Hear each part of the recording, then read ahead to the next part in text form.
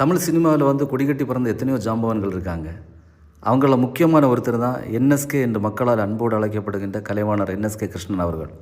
தன்னுடைய தனித்துவமான நடிப்பு மற்றும் நகைச்சுவையால் மக்களை கவர்ந்தவர் தான் இந்த என்எஸ்கே.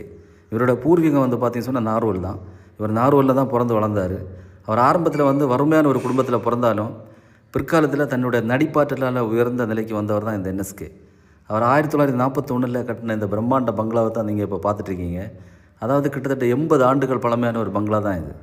நம்ம கன்னியாகுமரி மாவட்டத்தோட முதல் காங்கிரீட் வீடும் இதுதான்.